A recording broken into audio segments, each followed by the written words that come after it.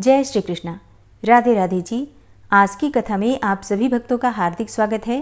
भगवान श्री कृष्ण और श्रीमती राधा रानी की कृपा सदैव आप और आपके समस्त परिवार पर बनी रहे। और अब भगवान श्री हरि विष्णु का ध्यान करके आज की पावन कथा का प्रारंभ करते हैं। श्री पराशर जी कहते हैं कि इक्ष्वाकु का जो निमि नामक पुत्र था, उसने 1 सहस्त्र वर्ष में समाप्त होने वाले यज्ञ का आरंभ किया। उस यज्ञ में उसने वशिष्ठ जी को होता वरण किया। तब वशिष्ठ जी ने उससे कहा कि 500 वर्ष के यज्ञ के लिए तो मुझे इंद्र ने पहले ही वर्ण कर लिया है, अतः इतने समय तक तुम ठहर जाओ। वहां से आने पर मैं तुम्हारा भी ऋत्विक हो जाऊंगा।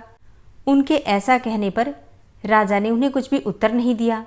तब वशिष्ठ जी ने ये समझकर कि राजा ने उनका कथन स्वीकार कर लिया है, इंद्र का यज्ञ आरंभ कर दिया। किंतु राजा निमि भी उसी समय गौतम आदि अन्य होताओं द्वारा अपना यज्ञ करने लगे। देवराज इंद्र का यज्ञ समाप्त होते ही मुझे निमि का यज्ञ कराना है, इस विचार से वशिष्ठ जी भी तुरंत ही आ गए। तब उस यज्ञ में अपना अर्थात होता का कर्म गौतम को करते देखकर उन्होंने सोते हुए राजा निमि को यह शाप दिया कि इसने मेरी अवज्ञा करके संपूर्ण कर्म का भार गौतम को सौंपा है, इसलिए यह देहहीन हो जाएगा। फिर सोकर उठने पर राजा निमि ने भी कहा कि इस दुष्ट गुरु ने मुझसे बिना बातचीत किए अज्ञानतापूर्वक मुझ सोए हुए को शाप दिया है, इसलिए इसका देह भी नष्ट हो जाएगा। इस प्रकार शाप देकर राजा ने अपना शरीर छोड़ दिया। राजा निमि के शाप से वशिष्ठ जी का लिंग देह मित्रा वरुण के वीर्य में प्रविष्ट हुआ और उर्वशी के देखने से उसका वीर्य स्खलित होने पर उसी से उन्होंने दूसरा देह धारण किया। निमि का शरीर भी अति मनोहर गंध और तेल आदि से सुरक्षित रहने के कारण गला सड़ा नहीं, बल्कि तत्काल मरे हुए देह के समान ही रहा। यज्ञ समाप्त होने पर जब देवगण अपने भाग ग्रहण करने के लिए आए तो उनसे ऋत्विक गण बोले कि यजमान को वर दीजिए। अब देवताओं द्वारा प्रेरणा किए जाने पर राजा निमि ने उनसे कहा कि हे भगवान, आप लोग संपूर्ण संसार के दुख को दूर करने वाले हैं।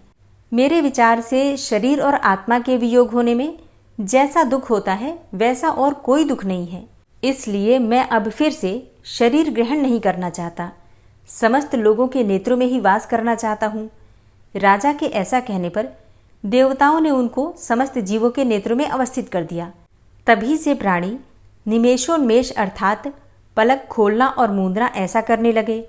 तदनंतर अराजकता के भय से मुनिजनों ने उस पुत्रहीन राजा के शरीर को अरणी अर्थात शमी दंड से मथा। फिर उससे एक कुमार उत्पन्न हुआ जो कि जन्म लेने के कारण जनक कहलाया। इसके पिता विदेह थे, इसलिए यह वैदेह कहलाता है और मंथन से उत्पन्न होने के कारण मिथि भी कहा जाता है। उसके उदावसु नामक पुत्र हुआ।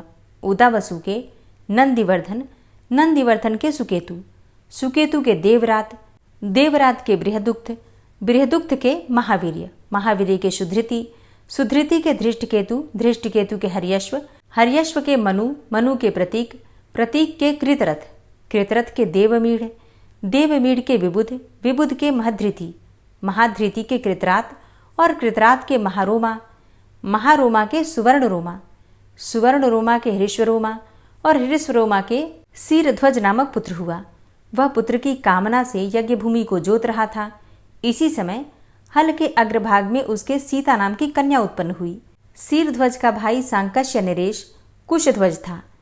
सीरध्वज के धातुमान नामक पुत्र हुआ। भानुमान के शतधुम्र, शतधुम्र के शुचि, शुचि के ऊर्जनामा, ऊर्जनामा के शतध्वज, शतध्वज के कृति, कृति के अंजन, अंजन के कुरुजित, कुरुजित के अरिष्टनेमी, अरिष्टनेमी के श्रुतायु, श्रुतायु के सुपार्श्व, सुपार्श्व के सुज्जय, सुज्जय के छेमावी, छेमावी के अनेना, अनेना के भीमरथ, भीमरथ के सत्यरथ, सत्यरथ के उपगु, फिर उपगु के उपगुप्त, उपगुप्त के स्वागत, स्वागत के स्वानंद, स्वानंद के सुवर्चा, सुवर्चा के सुपार्श्व, सुपार्श्व के सुभाष, सुभाष के सुश्रुत और सुश्रुत के जय, जय के विजय, विजय के ऋत, ऋत के सुनय, सुनय के वितहव्य, वितहव्य के धृति और धृति के बहुलाश्व और बहुलाश्व के कृति नामक पुत्र हुआ। और कृति में ही इस जनक वंश की समाप्ति हो जाती है। ये ही मैथिली भूपाल गण हैं। प्रायः ये सभी राजा लोग आत्मविद्या को आश्रय देने वाले होते हैं। मैत्रेय जी कहते हैं कि हे भगवान, आपने सूर्यवंशीय राजाओं का वर्णन तो कर दिया, अब मैं संपूर्ण चंद्रवंशीय भूपतियों की वृतांत भी सुनना चाहता हूँ, जिन स्थिर कीर्ति महाराजा की संतति का सुयस आज भी गान किया जाता है। हे ब्रह्मन, प्रसन्न मुख से आप उन्हीं का वर्णन मुझसे कीजिए। श्री पराशर जी कहते हैं कि हे मुनि शार्दूल, परम तेजस्वी चंद्रमा के वंश का क्रमशः श्रवण करो, जिसमें अनेकों विख्यात राजा लोग हुए। यह वंश नहुस, ययाति, कार्तवीर्य और अर्जुन आदि अनेकों अतिबल, आक्रमशील, कांतिमान, क्रियावान और सद्गुण संपन्न राजाओं से अलंकृत हुआ है। तुम ध्यान पूर्वक सुनो, मैं उसका वर्णन करता हूँ। संपूर्ण जगत के रचयिता भगवान नारायण के नाभि कमल से उत्पन्न हुए भगवान ब्रह्मा जी के पुत्र अत्रि प्रजापति थे। इन अत्रि के पुत्र चंद्रमा हुए। कमल योनि भगवान ब्रह्मा जी ने उन्हें संपूर्ण औषधि, द्विजजन और नक्षत्रगण के अधिपत्य पर अभिषिक्त कर दिया। चंद्रमा ने राजसूय यज्ञ का अनुष्ठान किया। अपने प्रभाव और अति उत्कृष्ट आधिपत्य के अधिकारी होने से चंद्रमा पर राजमद सवार हुआ। तब मदोन्मत्त हो जाने के कारण उसने समस्त देवताओं के गुरु भगवान बृहस्पति जी की भार्या तारा को हरण कर लिया तथा बृहस्पति जी की प्रेरणा से भगवान ब्रह्मा जी के बहुत कुछ कहने और सुनने और देवर्षियों के मांगने पर भी उसे न छोड़ा। बृहस्पति जी से द्वेष करने के कारण शुक्र जी भी चंद्रमा के सहायक हो गए और अंगिरा से विद्या लाभ करने के कारण भगवान रुद्र ने बृहस्पति की सहायता की, क्योंकि बृहस्पति जी अंगिरा के पुत्र हैं। जिस पक्ष में शुक्र जी थे, उस ओर से जंभ और कुंभ आदि समस्त दैत्य दानवादि ने भी सहायता देने में बड़ा उद्योग किया तथा सकल देव सेना के इंद्र बृहस्पति जी के सहायक हुए। इस प्रकार तारा के लिए उनमें तारकामय नामक अत्यंत घोर युद्ध छिड़ गया। तब रुद्र आदि देवगण दानवों के प्रति और दानवगण देवताओं के प्रति नाना प्रकार के शस्त्र छोड़ने लगे। इस प्रकार देवासुर संग्राम से क्षुब्ध चित्त होकर संपूर्ण संसार ने ब्रह्मा जी की शरण ली। तब भगवान कमल योनि ने भी शुक्र, रुद्र, दानव और देवगण को युद्ध से निवृत्त करके बृहस्पति जी को तारा दिलवा दी।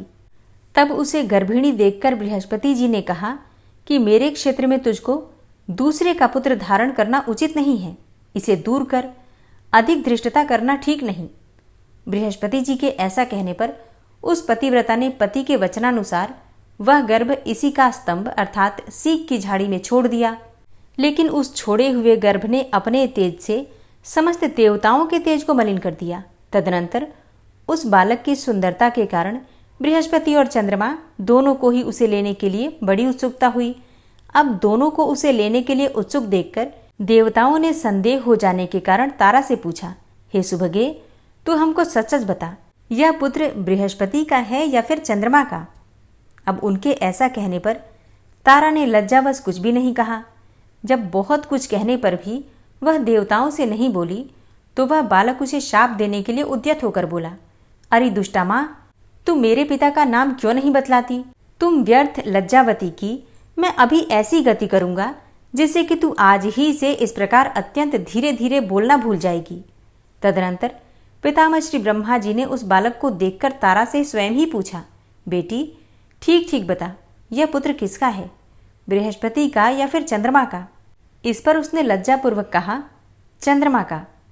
तब तो नक्षत्रपति भगवान चंद्र ने उस बालक को हृदय से लगाकर कहा, बहुत ठीक है, बहुत ठीक बेटा, तुम बड़े बुद्धिमान हो, और उनका नाम बुध रख दिया। इस समय उनके निर्मल कपोलों की कांति उच्छ्वसित और देदीप्यमान हो रही थी। बुध ने जिस प्रकार ईला से अपने पुत्र पुरुरवा को उत्पन्न किया था, उसका वर्णन पहले ही कर चुके हैं। पुरुरवा अति दानशील, अति याज्ञिक और अति तेजस्वी था। मित्रा वरुण के शाप से मुझे मृत्युलोक में रहना पड़ेगा, ऐसा विचार करते हुए उर्वशी अप्सरा की दृष्टि उस अति सत्यवादी, रूप के धनी और मतिमान राजा पुरुरवा पर पड़ी। देखते ही वह संपूर्ण मान तथा स्वर्ग सुख की इच्छा को छोड़कर तन्मय भाव से उसी के पास आई। राजा पुरुरवा का चित्त भी उसे संसार की समस्त स्त्रियों में विशिष्ट तथा कांति, सुकुमारता, सुंदरता, गति विलास और मुस्कान आदि गुणों से युक्त देखकर उसके वशीभूत हो गया। इस प्रकार वे दोनों ही परस्पर तन्मय और अनन्य चित्त होकर और सभी कर्मों को भूल गए। निदान राजा ने निसंकोच होकर कहा, हे शुभ्रू, मैं तुम्हारी इच्छा करता हूँ, तुम प्रसन्न होकर मुझे प्रेम दान दो। राजा के ऐसा कहने पर उर्वशी ने भी लज्जावश स्खलित स्वर में कहा कि यदि आप मेरी प्रतिज्ञा को निभा सकें तो अवश्य ही ऐसा हो सकता है। अब ये सुनकर राजा ने कहा कि अच्छा, तुम अपनी प्रतिज्ञा मुझसे कहो। इस प्रकार पूछने पर वो फिर बोली, मेरे पुत्र रूप इन 2 मेषों अर्थात भेड़ों को आप कभी मेरी शैया से दूर न कर सकेंगे। मैं कभी आपको नग्न न देखने पाऊं और केवल घृत ही मेरा आहार होगा। यही मेरी 3 प्रतिज्ञाएं हैं। तब राजा ने कहा, ऐसा ही होगा। तदनंतर राजा पुरूरवा ने दिन दिन बढ़ते हुए आनंद के साथ कभी अलकापुरी के अंतर्गत चैत्ररथ आदि वनों में और कभी सुंदर पद्म खंडों से युक्त अति रमणीय मानस आदि सरोवरों में विहार करते हुए 60,000 वर्ष बिता दिए। उसके उपभोग सुख से प्रतिदिन अनुराग के बढ़ते रहने से उर्वशी को भी देवलोक में रहने की इच्छा ही नहीं रही। इधर उर्वशी के बिना अप्सराओं, सिद्धों और गंधर्वों को स्वर्गलोक अत्यंत रमणीय नहीं मालूम होता था। अतः उर्वशी और पुरूरवा की प्रतिज्ञा को जानने वाले विश्वावसु ने एक दिन रात्रि के समय गंधर्वों के साथ जाकर उसके शयनागार के पास से एक मेष का हरण कर लिया और फिर उसे आकाश में ले जाते समय उर्वशी ने उसका शब्द सुना। तब वो बोली कि मुझ अनाथा के पुत्र को कौन लिए जाता है, अब मैं किसकी शरण में जाऊं। किंतु यह सुनकर भी इस भय से कि रानी मुझे नंगा देख लेगी, राजा नहीं उठा। तदनंतर गंधर्वगण दूसरा भी मेष लेकर चल दिए। उसे ले जाते समय उसका शब्द सुनकर भी उर्वशी, हाय मैं अनाथा और भर्तृहीन हूँ तथा एक कायर के अधीन हो गई हूँ, इस प्रकार कहती हुई आर्त स्वर से विलाप करने लगी। तब राजा ये सोचकर कि इस समय अंधकार है, अतः रानी मुझे नग्न न देख सकेगी, क्रोधपूर्वक कहा कि अरे दुष्ट, तू मारा गया। अब ये कहते हुए राजा तलवार लेकर पीछे दौड़ा। इसी समय गंधर्वों ने अति उज्ज्वल विद्युत प्रकट कर दी। उसके प्रकाश में राजा को वस्त्रहीन देखकर प्रतिज्ञा टूट जाने से उर्वशी तुरंत ही वहां से चली गई। गंधर्वगण भी उन मेषों को वहीं छोड़कर स्वर्गलोक में चले गए। किंतु जब राजा उन मेषों को लिए हुए अति प्रसन्न चित्त से अपने शयनागार में आया तो वहां उसने उर्वशी को नहीं देखा और फिर उसे न देखने से वह वस्त्रहीन अवस्था में ही पागल के समान घूमने लगा। घूमते घूमते उसने एक दिन कुरुक्षेत्र के कमल सरोवर में अन्य 4 अप्सराओं के सहित उर्वशी को देखा। उसे देखकर वह उन्मत्त के समान, हे जाए, ठहर जा, अरे हृदय की निष्ठुरे, खड़ी हो जा, अरे कपट रखने वाली, वार्तालाप के लिए तनिक ठहर जा, ऐसे अनेकों वचन कहने लगा। उर्वशी बोली, हे महाराज, इन अज्ञानियों की सी चेष्टाओं से कोई लाभ नहीं है। इस समय मैं गर्भवती हूँ, 1 वर्ष के उपरांत आप यहीं आ जावें। उस समय आपके एक पुत्र होगा और एक रात मैं भी आपके साथ रहूंगी। उर्वशी के ऐसा कहने पर राजा पुरूरवा प्रसन्न चित्त से अपने नगर को चला गया। तदनंतर उर्वशी ने अन्य अप्सराओं से कहा, ये वही पुरुष श्रेष्ठ हैं जिनके साथ मैं इतने दिनों तक प्रेमाकृष्ट चित्त से भूमंडल में रही थी। इस पर अन्य अप्सराओं ने कहा, वाह वाह, सचमुच इनका रूप बड़ा ही मनोहर है, इनके साथ तो सर्वदा हमारा भी सहवास हो। वर्ष समाप्त होने पर राजा पुरूरवा वहां आए। उस समय उर्वशी ने उन्हें आयु नामक एक बालक दिया तथा उनके साथ एक रात रहकर 5 पुत्र उत्पन्न करने के लिए गर्भ धारण किया और कहा कि हमारे पारस्परिक स्नेह के कारण सकल गंधर्वगण महाराज को वरदान देना चाहते हैं, अतः आप अभिष्ट वर मांगिए। राजा बोले कि मैंने समस्त शत्रुओं को जीत लिया है, मेरी इंद्रियों की सामर्थ्य नष्ट नहीं हुई है, मैं बंधुजन, असंख्य सेना और कोष से भी संपन्न हूँ। इस समय उर्वशी के सहवास के अतिरिक्त मुझे और कुछ भी प्राप्तव्य नहीं है, अतः मैं इस उर्वशी के साथ ही काल यापन करना चाहता हूँ। राजा के ऐसा कहने पर गंधर्वों ने उन्हें एक अग्निस्थली अर्थात अग्नियुक्त पात्र दी और कहा कि इस अग्नि के वैदिक विधि से गार्हपत्य, आह्वनीय और दक्षिणाग्नि रूप 3 भाग करके इसमें उर्वशी के सहवास की कामना से भली भांति यजन करो तो अवश्य ही तुम अपना अभिष्ट प्राप्त कर लोगे। गंधर्वों के ऐसा कहने पर राजा उस अग्निस्थाली को लेकर चल दिए। मार्ग में वन के अंदर उन्होंने सोचा कि अहो, मैं कैसा मूर्ख हूँ, मैंने ये क्या किया जो इस अग्निस्थाली को ले आया और उर्वशी को नहीं लाया। ऐसा सोचकर उस अग्निस्थाली को वन में ही छोड़कर वे अपने नगर में चले आए। आधी रात बीत जाने पर जब निद्रा टूटी तो राजा ने सोचा कि उर्वशी की सन्निधि प्राप्त करने के लिए ही गंधर्वों ने मुझे वह अग्निस्थाली दी थी और मैंने उसे वन में ही छोड़ दिया, अतः अब मुझे उसे लाने के लिए जाना चाहिए। ऐसा सोचकर उठकर वे वहां गए, किंतु उन्होंने उस स्थाली को वहां नहीं देखा। अब अग्निस्थाली के स्थान पर राजा पुरूरवा ने एक समीगर्भ पीपल के वृक्ष को देखकर सोचा कि मैंने यहीं तो वह अग्निस्थाली फेंकी थी, वह स्थाली ही शमीगर्भ पीपल हो गई है।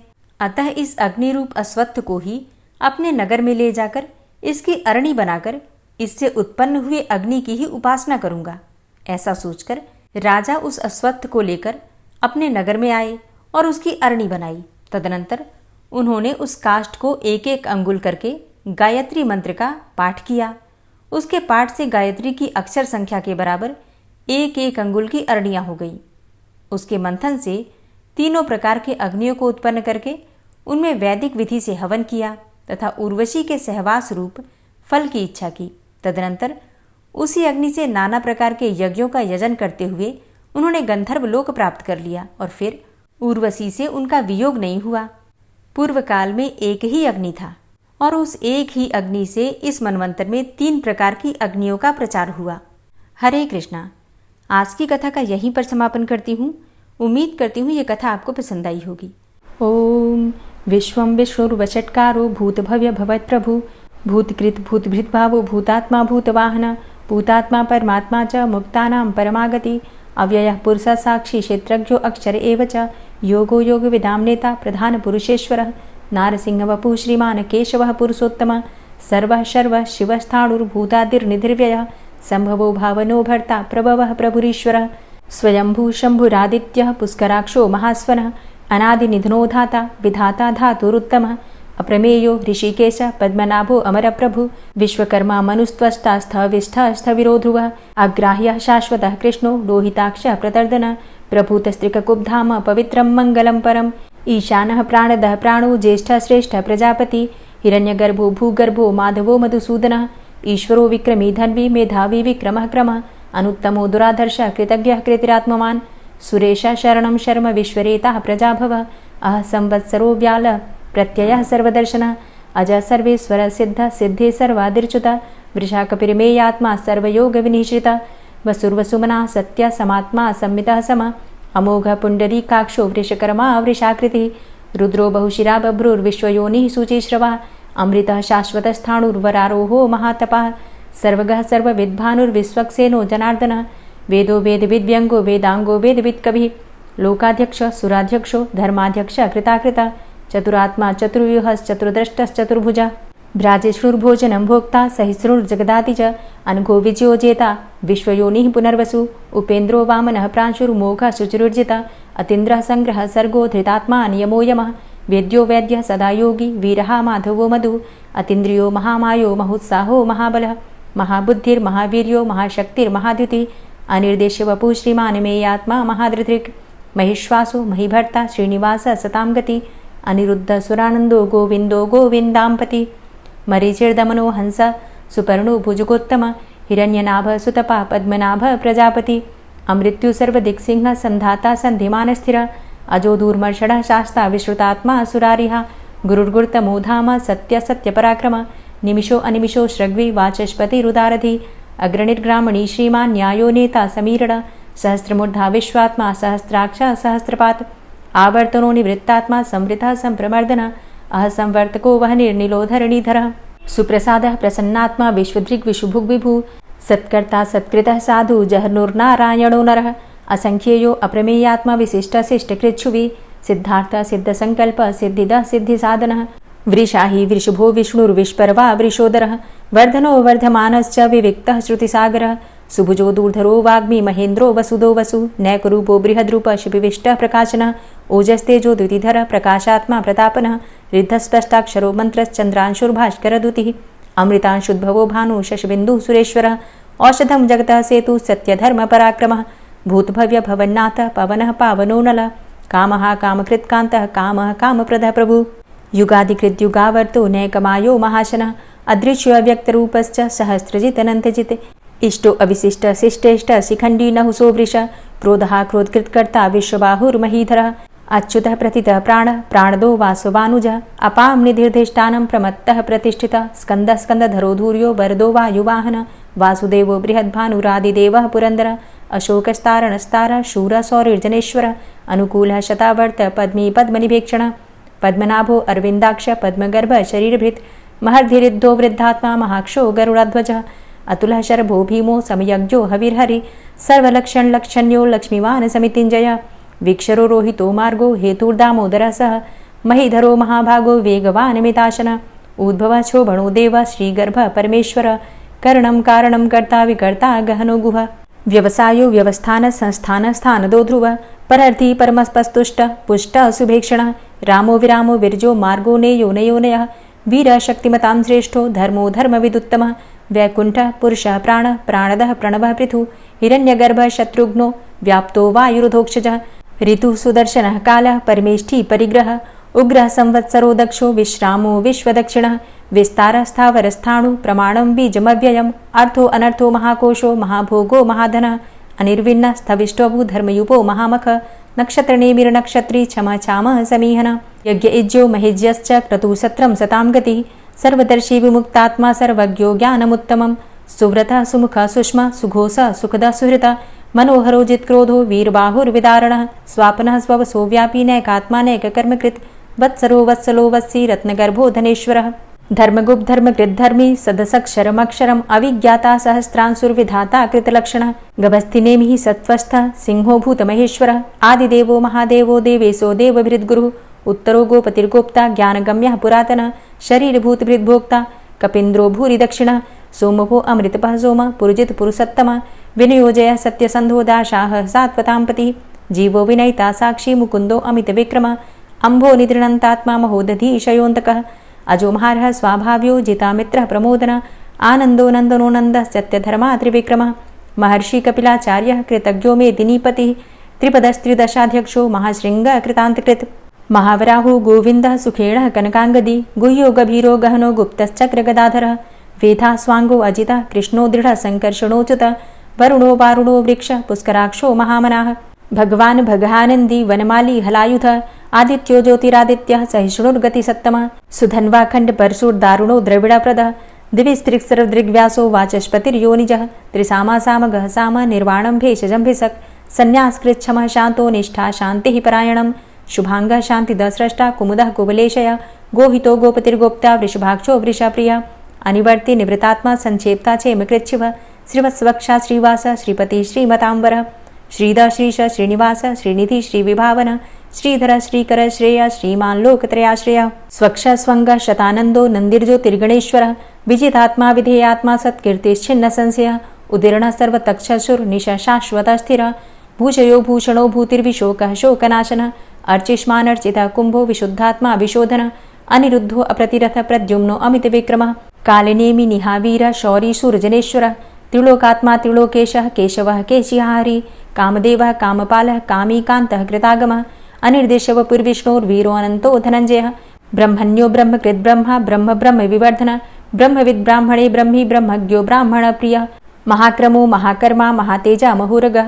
महाक्रतुर्महायज्वा महायज्ञो महाहवि स्तव्यः स्तव प्रियः स्तोत्रं स्तुतिस्तोतारणप्रियः पूर्णः पुरयिता पुण्यः पुण्यकीर्तिर्नामयः मनोजवस्तीर्थकरो वसुरेता वसुप्रदः वसुप्रदो वासुदेव वसुर्वसुमनाहवि सद्गतिः सत्कीर्तिः सत्ता सद्भूतिः सत्परायणः शूरसेनो यदुश्रेष्ठः सन्निवासः सुयामुनः भूतावासो वासुदेवः सर्वासु निलयोऽनलः दर्पः दर्पदो दृप्तो दूर्धरोऽथा पराजितः विश्वमूर्तिर्महामूर्तिर्दीप्तमूर्तिर्मूर्तिमान् अनेकमूर्तिरव्यक्तः शतमूर्तिः शताननः एको नैकः सवः किं यत्तत्पदमनुत्तमं लोकबन्धुर्लोकनाथो माधवो भक्तवत्सलः सुवर्णवर्णो हेमाङ्गो वराङ्गश्चन्दनाङ्गदी वीरः विषमः शून्यो घृताशीर चलश्चलः अमानीमानदो मान्यो लोकस्वामी त्रिलोकदृक् सुमेधा मेधजो धन्यः सत्यमेधा धराधरः तेजो वृषः द्वितिधरः सर्वशस्त्रभृताम्बरः प्रग्रहो निग्रहो व्यग्रो नैकशृङ्गो गदाग्रजः चतुर्मूर्तिश्चतुर्बाहुश्चतुर्व्यूहश्चतुर्गति चतुरात्मा चतुर्भावश्चतुर्वेद विदेकपात समावर्तो अनवृतात्मा दुर्जयो दुरतिक्रम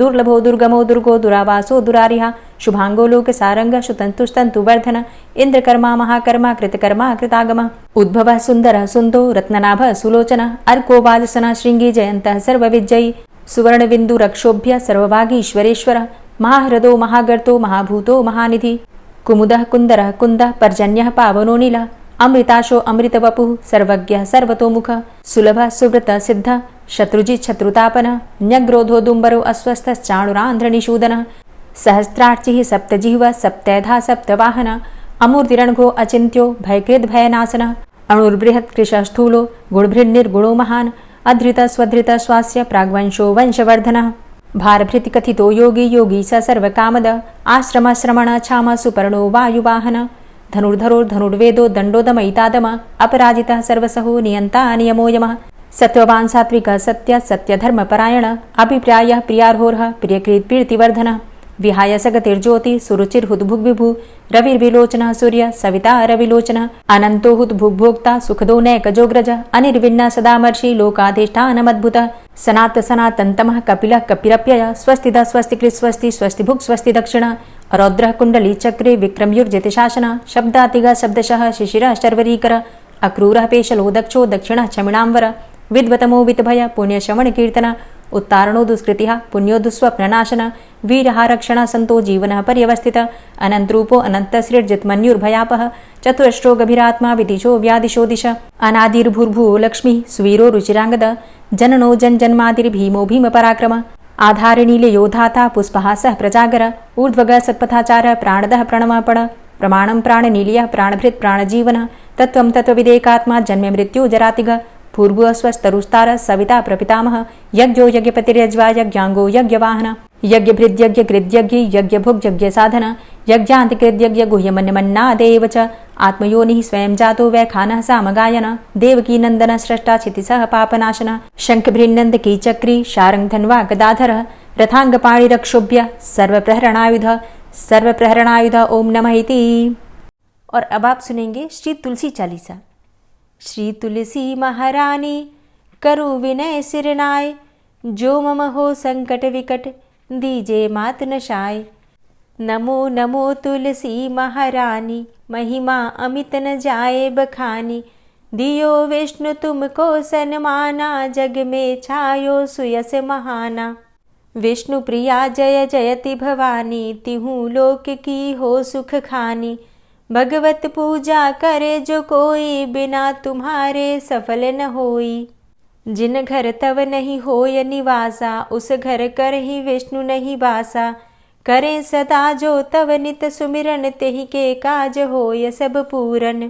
कार्तिक मास महात्म तुम्हारा ताको जानत सब संसारा। तव पूजन जो करे कुंवारी पावे सुंदर वर सुकुमारी। करे जो पूजा नित प्रति नारी सुख संपत्ति से होय सुखारी। वृद्धा नारी करे जो पूजन मिले भक्ति होवे पुलकित मन। श्रद्धा से पूजे जो कोई भवनिधि से तर जावे सोई। कथा भागवत यज्ञ करावे तुम बिन नहीं सफलता पावे। छायो तब प्रताप जग भारी ध्यावत तुम्हि सकल चित धारी। तुम्ही मात यंत्रन तंत्रन में सकल काज सिद्धि होवे क्षण में। औषधि रूप आप हो माता सब जग में तव यश विख्याता। देव ऋषि मुनि और तपधारी करत सदा तव जय जयकारी।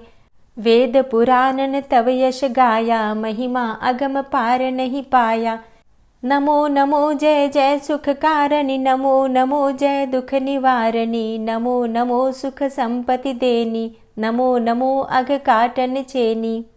नमो नमो भक्तन दुख हरणी नमो नमो दुष्टन मद छेनी।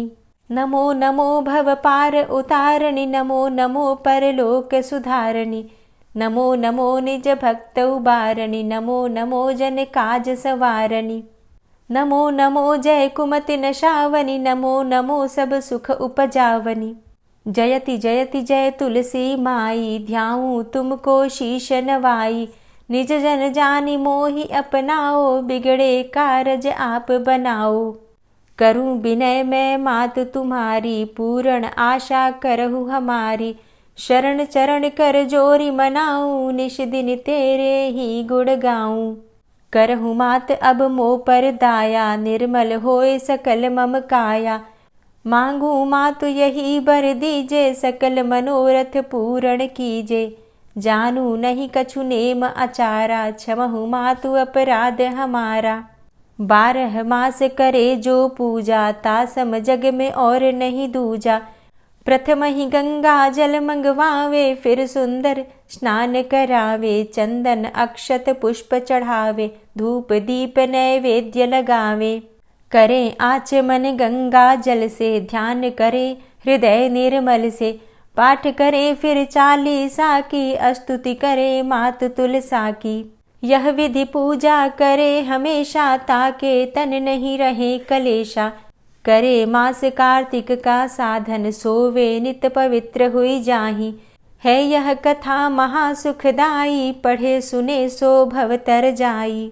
यह श्री तुलसी चालीसा, पाठ करे जो कोय।